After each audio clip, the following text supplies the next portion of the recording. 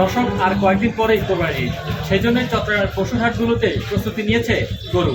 দেখতে পাচ্ছেন আমি এই মুহূর্তে আছি চট্টগ্রামের সাগরিকা গরু বাজারে, যেখানে আমার পিছনেই দেখা যাচ্ছে অনেকগুলো গরু রয়েছে। এখানে 100 থেকে 1000 কেজি ওজনের গরু রয়েছে। গরুগুলো এসেছে চট্টগ্রামের উত্তরবঙ্গ থেকে। বিক্রেতারা এখানে নিয়ে এসেছেন গরুগুলো, এবং ক্রেতা যারা আছে তারাও কিন্তু আসছেন, গরু দেখছেন, গরু কেনার জন্য তাদেরও একটা প্রস্তুতি রয়েছে। তো আমি এই মুহূর্তে যদি একটু কথা বলবো একজন গরু বিক্রেতার সাথে, উনি গরুগুলো প্রত্যেকে এনেছেন, এবার তাদের বেচা কিনা তাদের প্রস্তুতিটা কেমন আমরা জানতে চাইব। গরুগুলো প্রত্যেকে এনেছেন এবং গরুগুলোর দাম কেমন? মনে করেন এগুলো ইন্ডিয়ান মাল আমরা এনেছি বাজারে বিক্রি করার জন্য। কাস্টমার পেলে আমরা মালগুলো এনেছি তো মনে করেন বাজারের জন্য, বেশ আল্লাহ নামে চিহ্নিত দেওয়ার জন্য, নাকি এগুলা লাগা জিনিস না।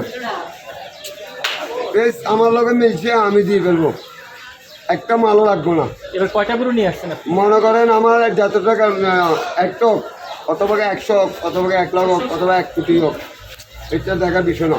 গরুর দাম কেমন? যেমন মনে করেন গরু তো এখন মোটামুটি এখন কীভাবে আমি তোমাকে বলি, এই এখন বর্তমানে বাজারে এখন মহন হিসেবে গরু কাছে কিনে হইতেছে, বহন হিসেবে কাছে কিনে হইতেছে। ঠিক আছে, তোমরা সরো না, সরো সরো,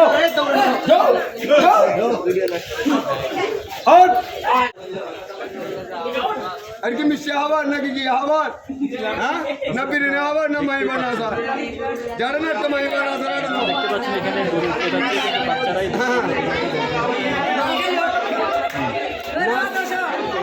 আমরা গরু এখানে গরু বাজার, সাগরিকার গরু বাজারের মতো গরু বাজার এই চিটাঙে কোনো বাজারই নেই।